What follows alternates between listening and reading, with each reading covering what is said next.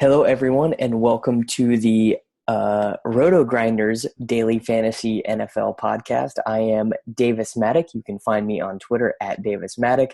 I'm here with Nate Nohling. You can find him on Twitter at Nate Nohling, Nohlinjling. We are without Sammy Reed this week. He's doing some stupid baseball thing in the desert, Nate? Something like that. And then I think Ingram just killed him, so he decided not to come on. I mean, what happened? Did Kamara just dead him? Honestly, what happened? I mean, I think we probably should have been a little bit more concerned. After the fumbles last week, we all should have been concerned about his workload this week. I mean, he got more carries than Kamara did still, though. But Kamara had, and I don't think that's actually the truth. Kamara had. No, I'm looking at it right now, and it is true. But Kamara had all of the workload on the first drive. He was the clear passing game preference with 7 targets, and I think the only time that Ingram actually started carrying the ball more was after the game was clearly in hand.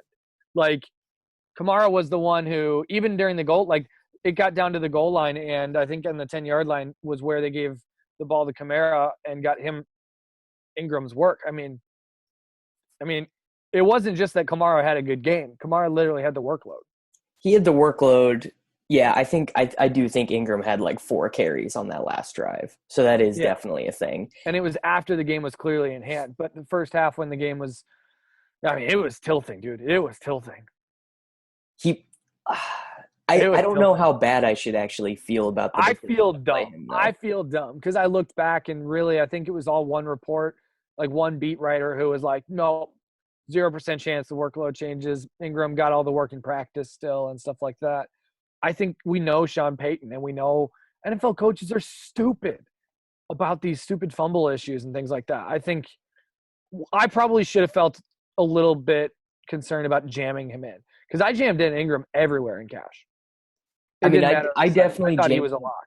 I thought he was a lock too. I mean, I also thought that Gurley was a lock, but if I had not taken Ingram, my lineup definitely would have – my lineup could have been worse, though, if I didn't take Ingram. I could have gotten myself to worse construction. I'm not saying that Ingram with his salary was a bad play. I'm just saying I think we all should have been a little bit more cautious. I'm on – my biggest tilt of the day was that I didn't just play Jared Goff in cash because that was what I I texted you guys this morning that's what I was going to do. Yeah, that's what you should have done. Jared Goff had – an unbelievable performance. The efficiency was literally off the charts. I had to check my numbers. He had 22 pass attempts for 297 yards and 4 touchdowns. That's one of the top 5 efficient games I have in my database going back to 2000. His adjusted net yards per attempt was over 17. I mean, to be fair to him though, he ran pretty hot on yards after the catch. The one Robert Woods touchdown, it was a 2-yard screen that was a 50-yard touchdown, and Gurley had one long screen that went for 40 yards. I get it, but 22 passing attempts with 4 touchdowns is impressive. No, I'm in on Jared Goff, man. I think Jared Goff is good. Yeah, this game was lit. It was a little frustrating for Todd Gurley because normally Gurley gets all of his value through those. Through those touchdowns that a couple of them were stolen from some long plays. He still got 2 though. Yeah, but it could have been a huge Gurley smash. He legitimately could have had 4 touchdowns. Yeah, it could have been a huge Gurley smash. He could have had the Jamal Charles against the Raiders game. That was in play here. Exactly. Yeah. All right, so let's do lineup review. You won. I had 158. You had 169. 70. Yeah, I ended up with 170 or something. All right. So let's do it. Who did you take at quarterback?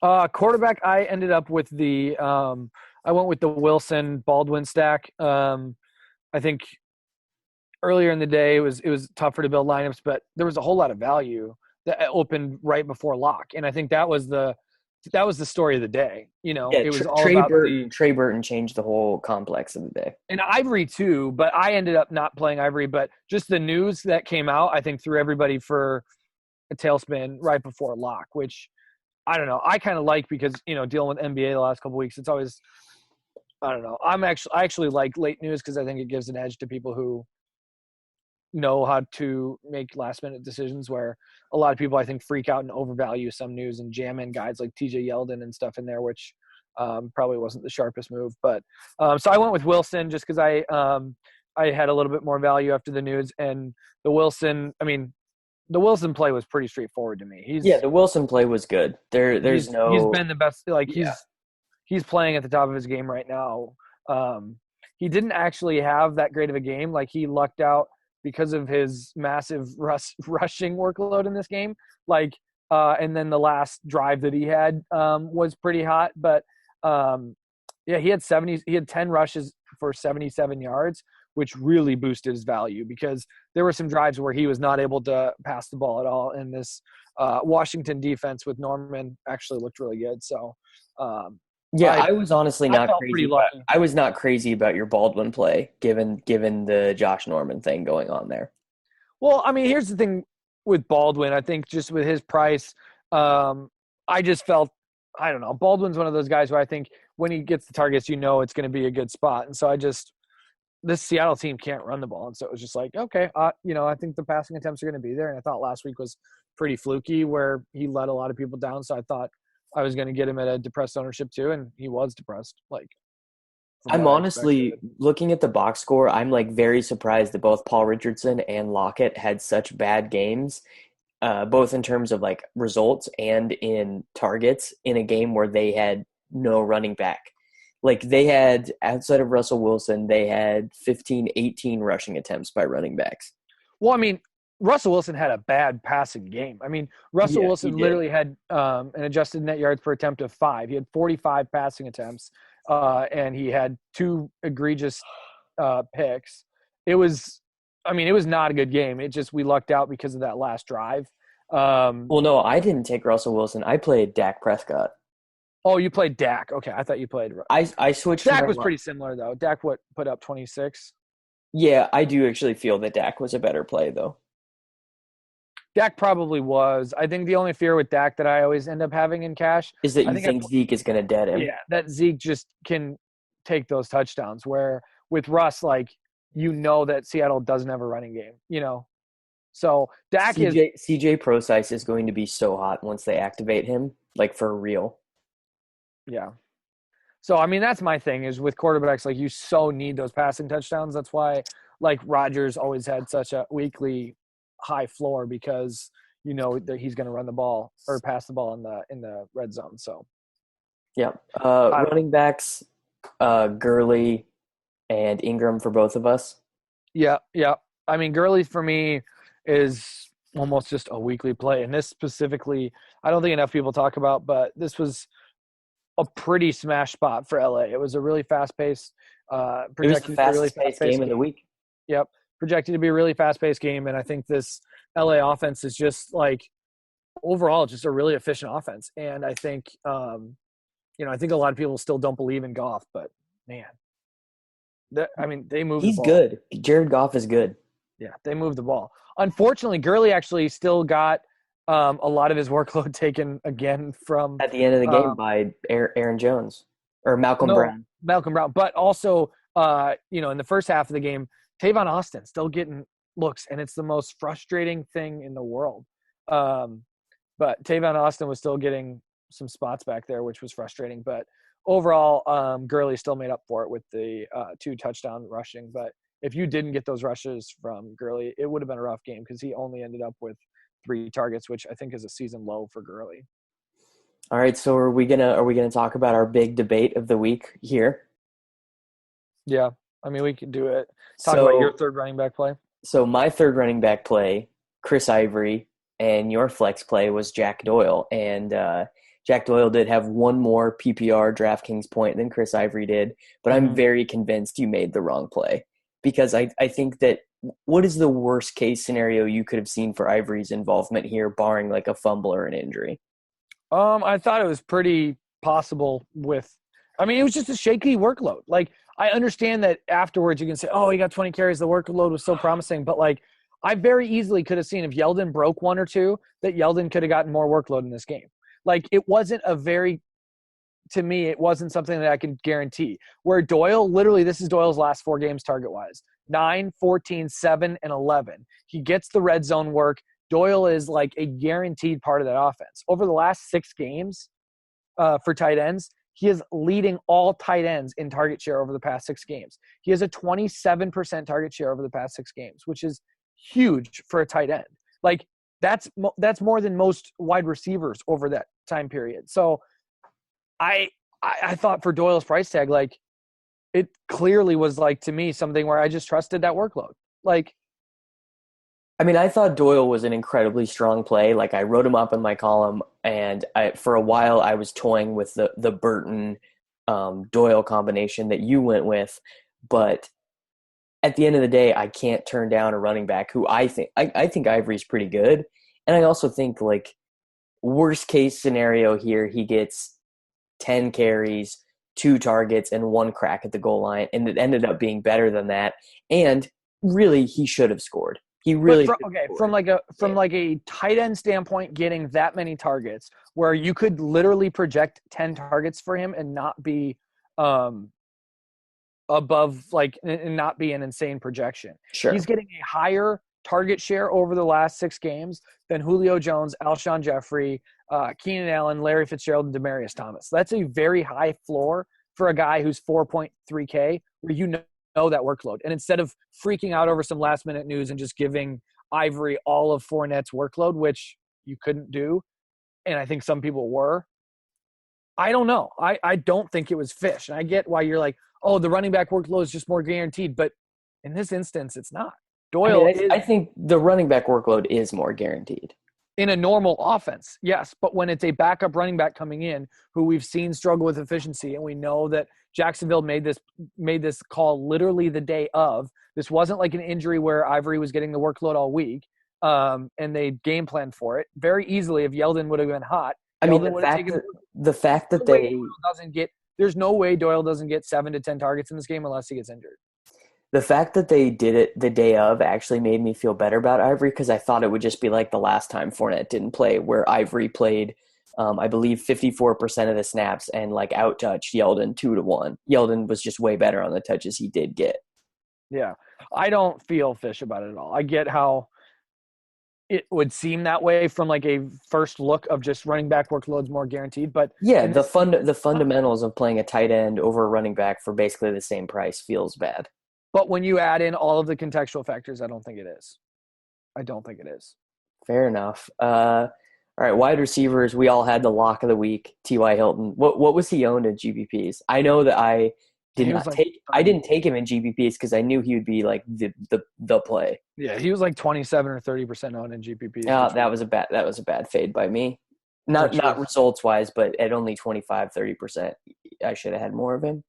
Yeah, I mean, I don't know. That's still pretty high for GPPs on a wide receiver. But no, but a guy who's 4,900 who, like, literally every game at home scores a 60-yard touchdown. Yeah, I mean, Ty, and don't you just lock it up? Was there any doubt that Hilton was gonna? Well, no, he wasn't at home, wasn't it, at Houston? Yeah, but it was on a turf or whatever. Yeah. I thought Ty was a good play just because of his price. I mean, obviously, it's easy now to say it after a 37-point explosion. Yeah, but like the matchup and like whatever, like that, like no one was debating Hilton as a play. He was like the first guy in. Yeah, I think so. I think the other two, for me, I went with Baldwin and Bryant. I think a lot of people went with Thomas. Yeah, I feel stupid about Michael Thomas. I mean, I don't think it's stupid. I think Thomas is a very clear. I mean, what upside has he shown at all? I mean, that's part. I think part of it is just like. He is a Saints wide receiver, a Drew Brees leading wide receiver with no 100-yard games. When do you think the last time that Drew Brees and his leading wide receiver didn't have multiple 100-yard games in a season? Like we're on week 9, Michael Thomas, no 100-yard games.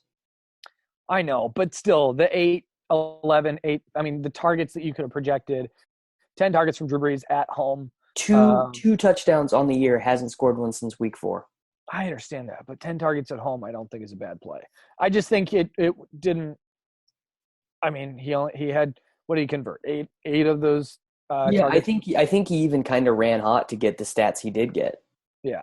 He had a 40% target share. The issue was New Orleans had the game. Yeah, New Orleans had the game in hand by half.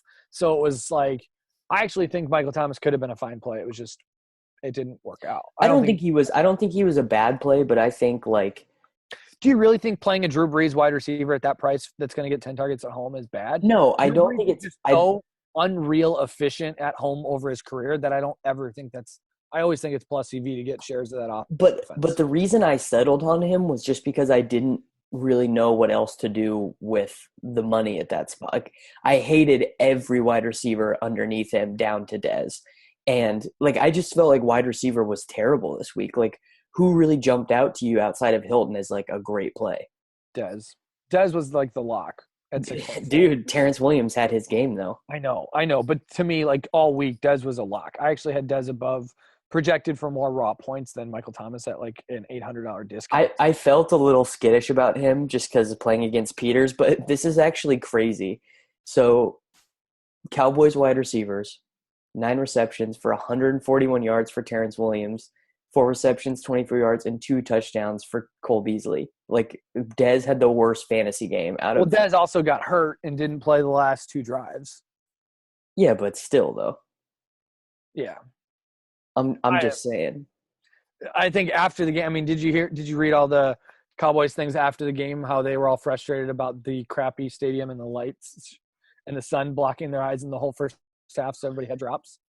No, I didn't hear that at all. I didn't know. Yeah, there were some egregious drops in the game, and you could clearly see that it was because of the sun. Like, these guys are looking right at the sun, and it was like, how dumb is this stadium? And then after the game, Terrence Williams and Dez both said it, that it clearly affected their play.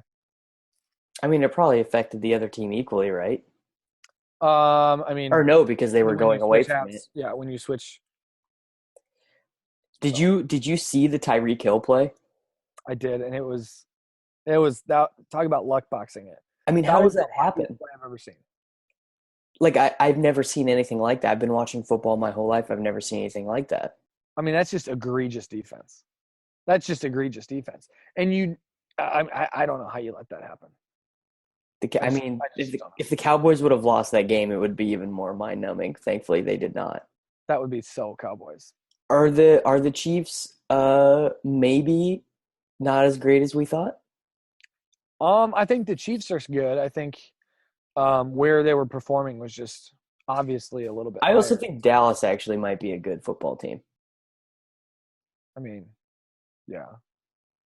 I think with Sean Lee back, that defense is a lot tougher than expected. I think you saw it. I mean, he shut Kareem Hunt down for the most part. Crazy, though, Kelsey still did what he does. Yeah, Kelsey's unstoppable. But Kareem Hunt was shut down for the most part, and then Andy Reid went away from Kareem Hunt in crunch time to try to get Charkandrick West the snaps and all those passing work, which was interesting. Kareem Hunt had a season low in snaps with only 32, and I think it was like 27 to Charkandrick, which, I mean, that's not good. That's not good. When you're losing snaps like that in crunch time, that's never a good thing. It's not great. So we both played Burton. Yeah, and then it was Burton, and then I ended up with Colt Steed just because it was it was a 2K defense going up against Tom Savage. I mean, there wasn't much to That's probably the easiest play of the week once I thought about it. Like, at first I was like, no, can't play the Colts defense. They're terrible. I gotta pay up for the Jaguars or whatever. And like the Jaguars were still good. But like, yeah, I think it was just like bad math to not play the Colts probably. Yeah. I thought the Eagles were fine and the Jags were fine, but like at that price, like I just think whenever you're paying $1,300 above something else on a defense, even if your projection is like 2 points difference, with the variance and the standard deviation that you're going to have with defense, it just makes much more sense to put that towards your skill positions, you know? Yeah, absolutely. Like, did the Colts they put up 8 points. I know. Oh, they didn't even get it. They got 1 turnover, though, the whole game, though, against Savage. Like, that's probably even, like, running bad.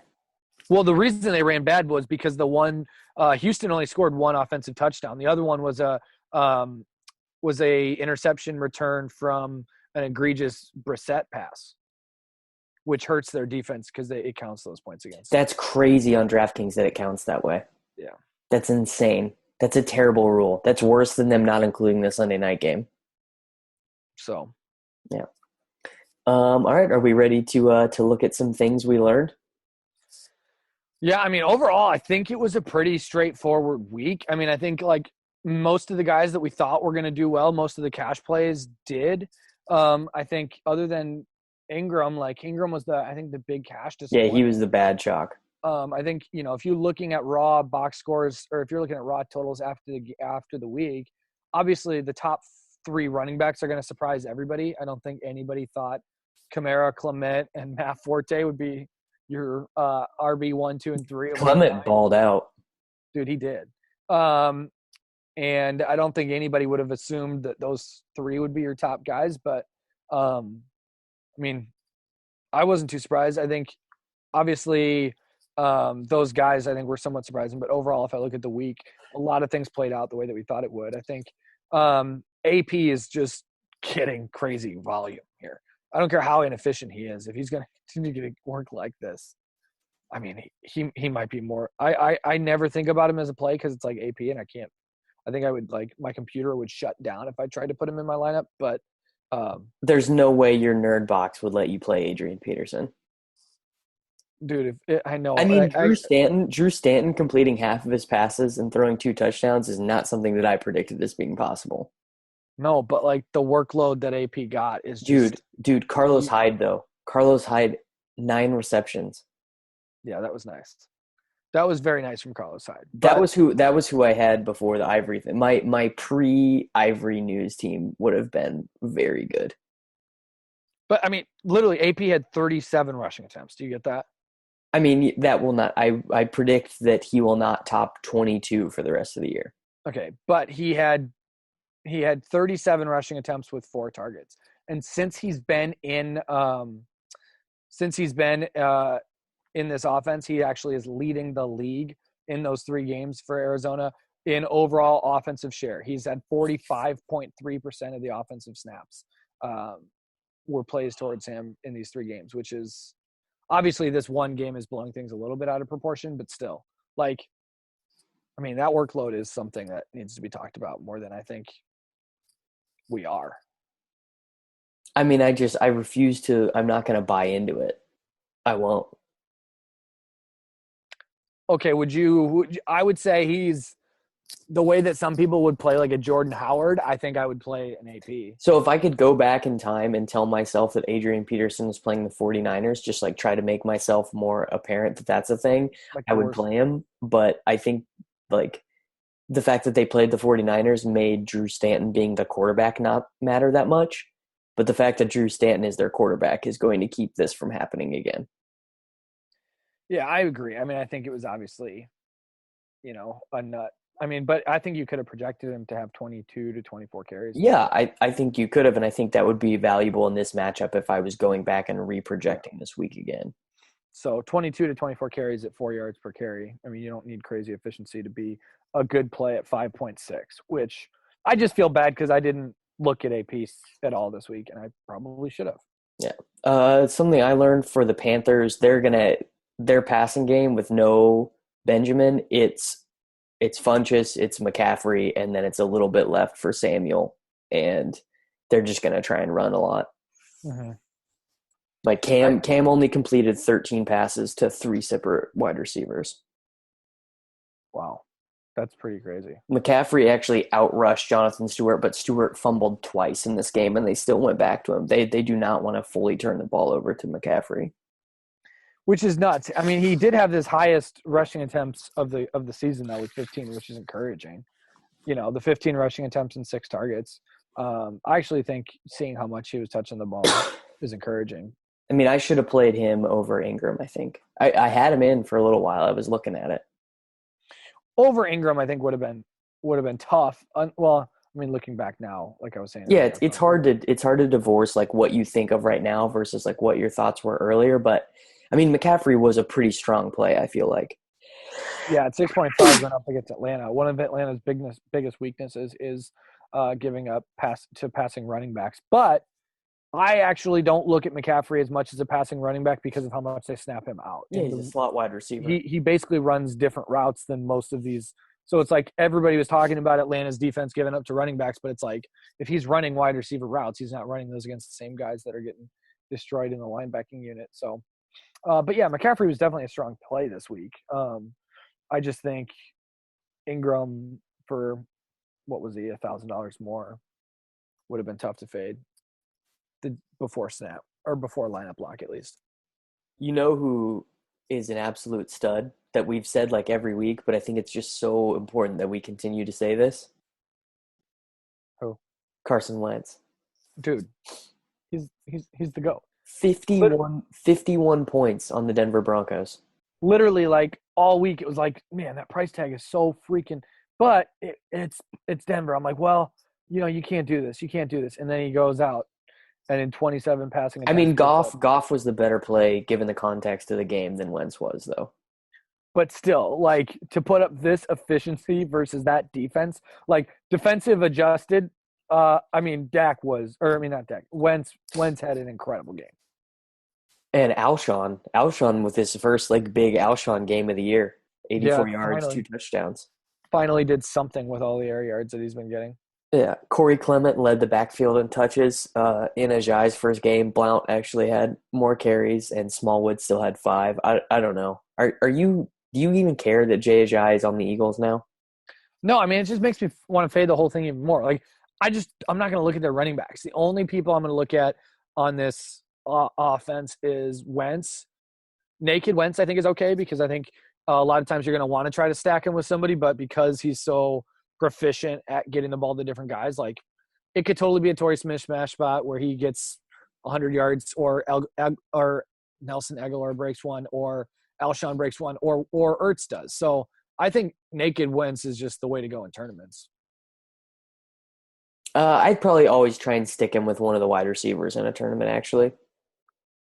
Because his high air yards means that like when one of his receivers does have a big game, like they can just get to the 100-yard bonus in like 3 targets.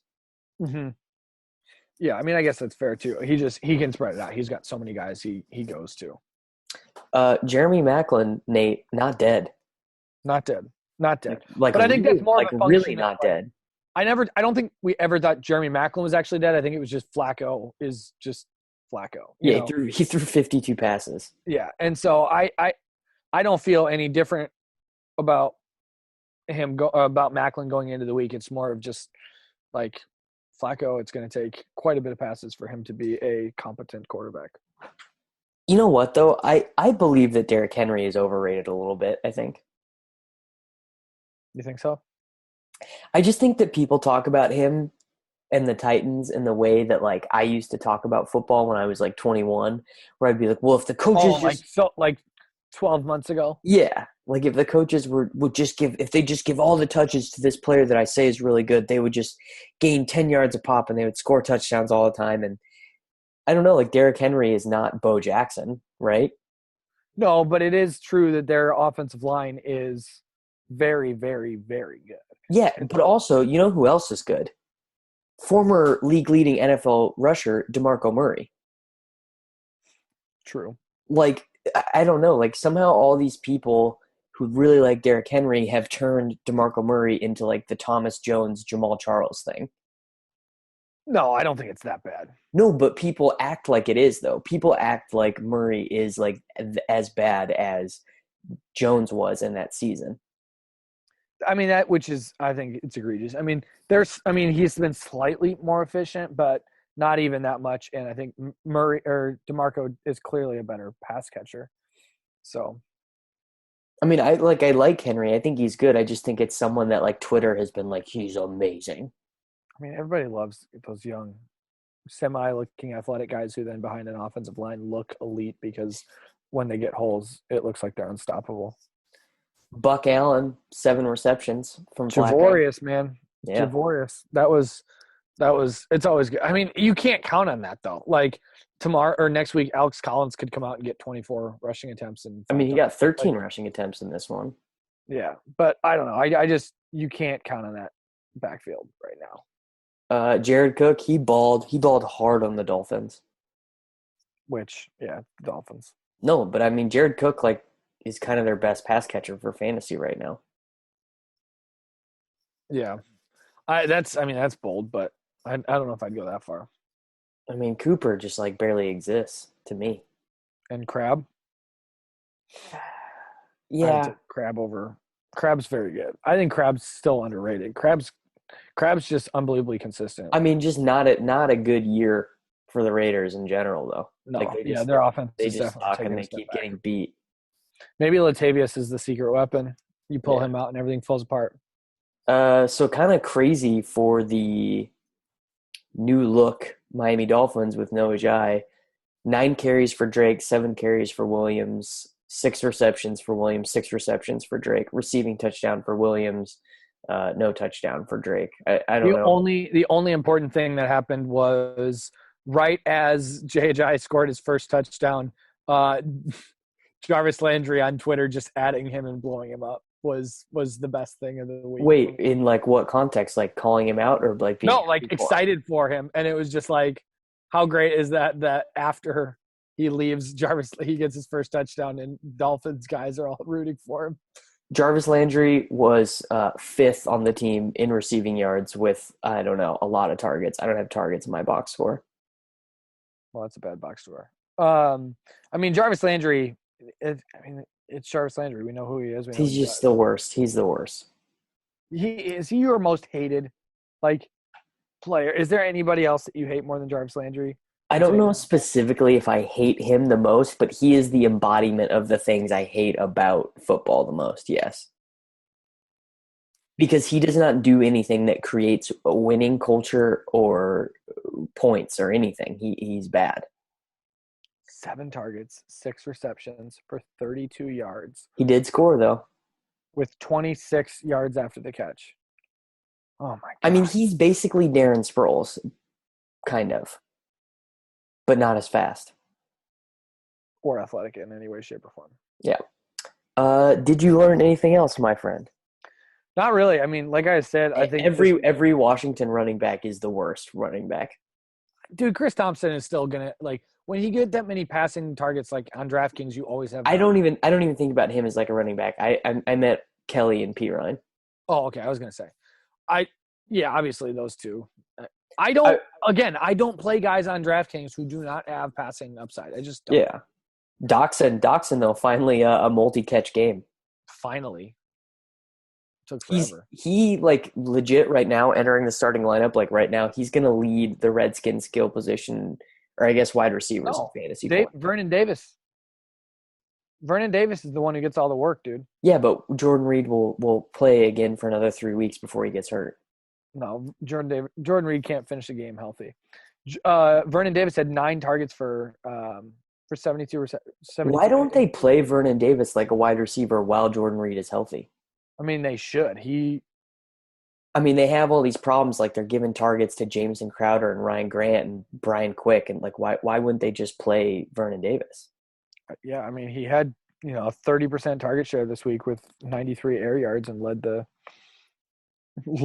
receiver. So I mean, they definitely target him when he's out, or when Reed is out. So how weird is it going to be when like Pryor got paid all this money by Washington, got an upgrade in quarterback, got an upgrade in offensive coordinator, I guess, at least in coach, and he's going to be like 30% as productive as he was last year. What if I told you starting the season that by week 9, Brian Quick was going to end up being a more productive receiver in week 9 than Terrell Pryor? First of all, I love Brian Quick, so I would kind of be like, for real? Like, that's kind of cool. Because I would assume they were both just having like 100-yard days like every day. No. I mean, this is just insane that Terrell Pryor. What do you think the cause of this is? Like, what do you think is so different about this year than what he was doing last year? I mean, potentially. Obviously this is a reach, but potentially when a guy's never played wide receiver before and has one good season, potentially there's a chance that maybe he doesn't adapt to a new offense as well because he has no idea about the position maybe last year. But listen, though, there's a very easy refutation to that, and that's he was a quarterback for 7 years before that. Who knows and understands offenses and route concepts better than quarterbacks? Well, I'll tell you what, he's not picking up this Jay Gruden offense. I mean, but how do we have any idea that that's the problem? It's not an athleticism problem. That's what I think the problem very likely is just a lack of targets. But it's not just a lack of targets. I mean, it's. Do you he think? got the Do you targets think earlier in the Cousins year. doesn't trust him to throw him in those tight windows that those terrible Browns quarterbacks did? It could be that.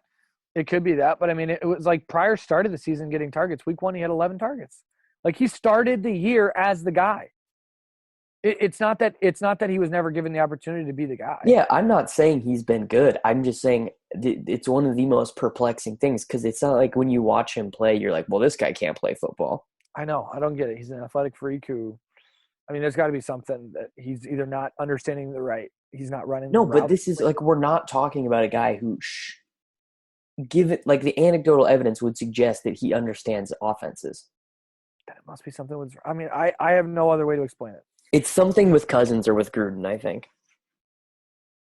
Which, I mean, we know Gruden has some weird things. So well, Gruden doesn't even like Cousins. That's the weirdest thing is that Gruden like gets gifted this like free quarterback. Like, Gruden's hated all of his quarterbacks, hasn't he? Remember how he used to? Yeah, he hated RG3 and then hate on Cousins, and now he's Who knows what Gruden's deal is? Who are they gonna start next year? I have no idea. They have to franchise Cousins or let him go to the Jets. No, Cousins is going to San Francisco.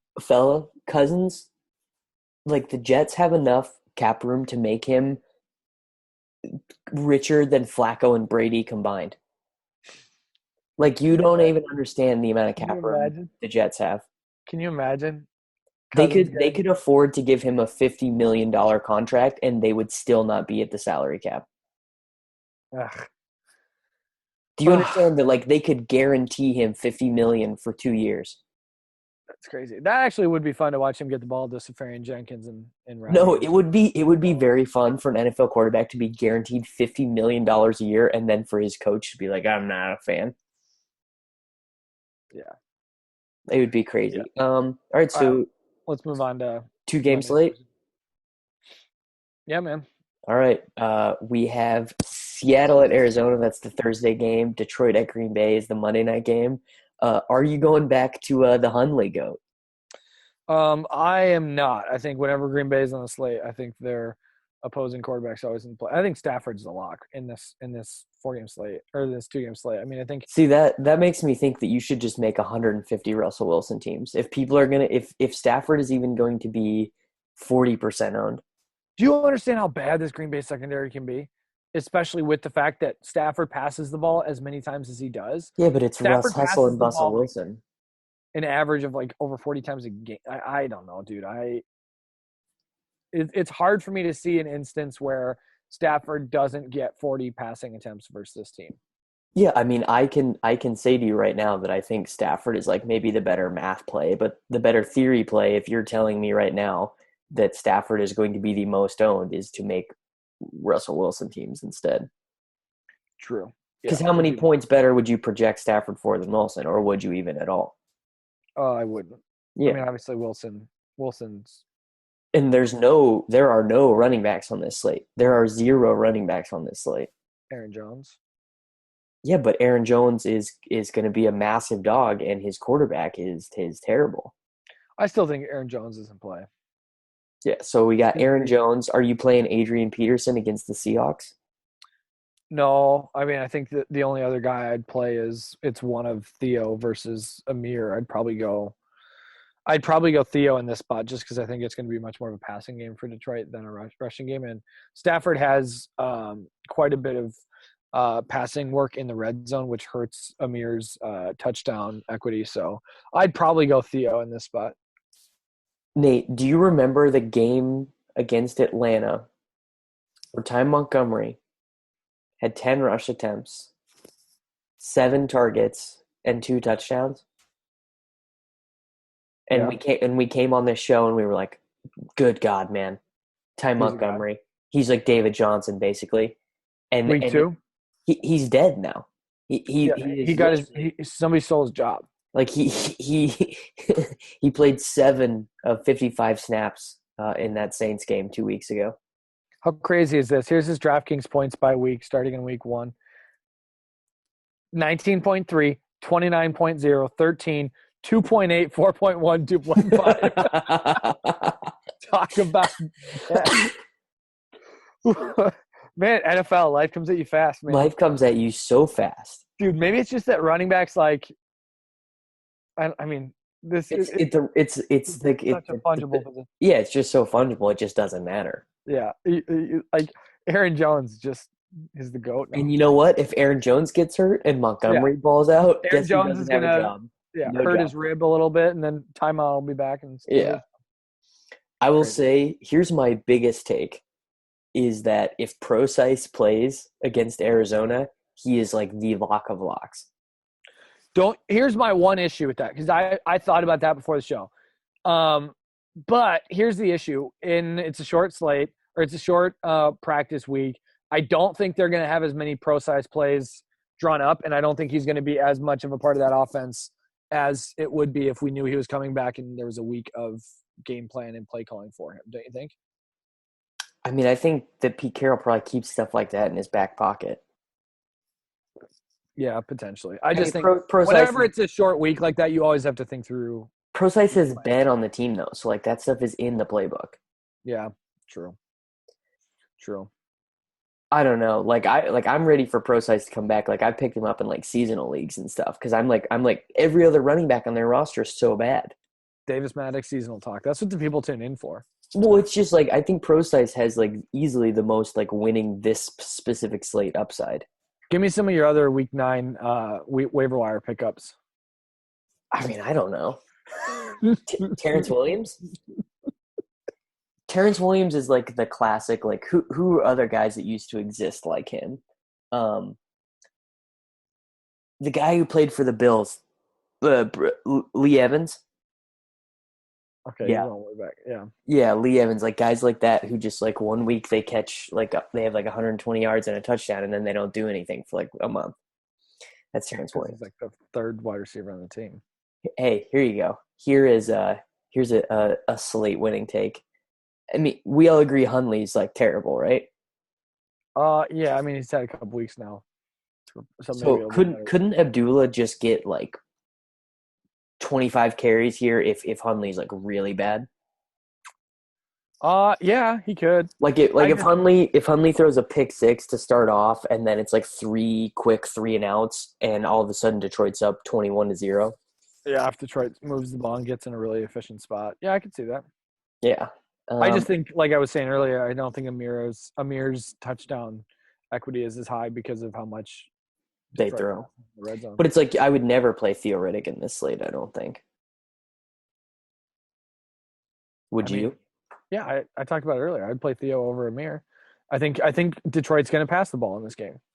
I mean, here's the thing. If Detroit gets up on Green Bay, they're going to keep smashing. Detroit's going to put up points on this. It's fair. That is fair. I think it's very clear that versus Green Bay, you want to pass the ball. Why would they try to run the ball with Amir Abdullah 25 times in this game? I think you're going to see Matt Stafford throw the ball 40-plus times. Riddick's he's going to get the targets. All right, which Arizona receiver scores more than 8 PPR points? I don't know. Roll some dice. I mean, it's a mess.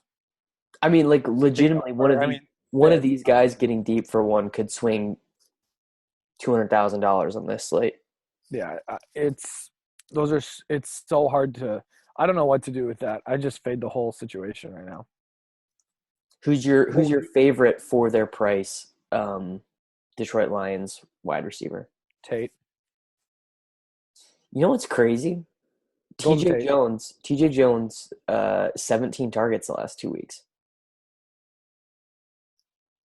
Yeah, I'd still take Tate for his price. Kind of like TJ, 3,800, assuming that Golladay does not play. Guy will not be very owned. I assure you that most people who play daily fantasy football even do not know that TJ Jones has that many targets the last 2 weeks.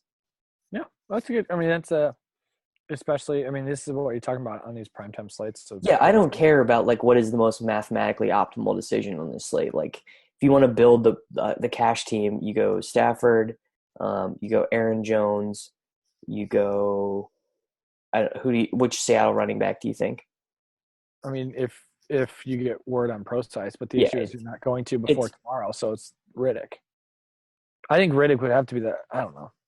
I would. RB2 is tough. RB2 is tough tomorrow. Okay, then you go Tate, You go probably just go Baldwin anyways. You Yep. go Richardson. You play Graham at tight end. You obviously play the Seahawks defense. And you go – who do you go here at flex, you think?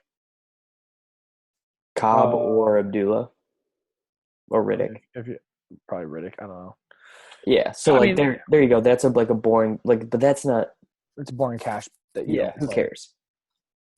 Okay, so tight end. Yeah, Graham clearly the best possible play here. This is a boring show because you didn't have any fish moves this week. I didn't do anything that's normally stupid. I can make fun of you for being a fish, and you didn't do anything fishy this week. So I'm proud of you, but it was bad for our brand. Well, here's the thing: when I don't have to go below $4,000 at wide receiver, I don't have to do anything that's stupid. Yeah, I will say if the news didn't come out today about Burton, I probably would have had some fishy plays. I mean, I probably would have played Demarcus Robinson. Yeah, I was looking at him. Actually, I mean, I'm gonna come 100% clean. I would have played Demarcus Robinson. Yeah. Or Curtis Samuel, or it doesn't matter. They all scored 6 points. Mm-hmm. Like Ryan Grant. I'm very thankful that the Ertz news came out because that saved my week. I would have done some fishy things. I still actually I probably would have had a better team because I would have kept Hyde. I think you wouldn't have had a better team. You would have played a receiver who got 3 points. Yeah, but I would have had Hyde.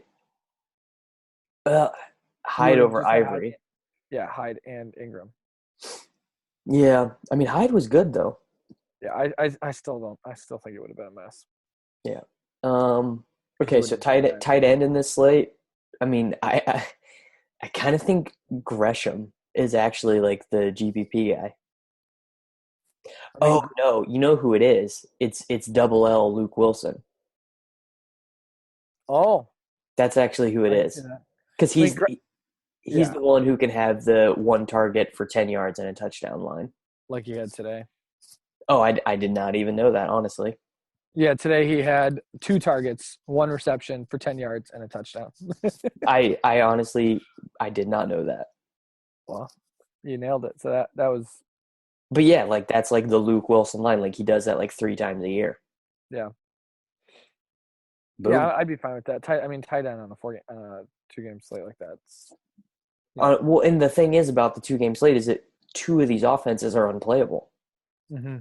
I mean, maybe that's what you do. You just stack Green Bay. I will actually say this: the most intelligent contrarian decision you can make is that Brett Hundley is not supremely terrible after only seeing a Richard Rodgers.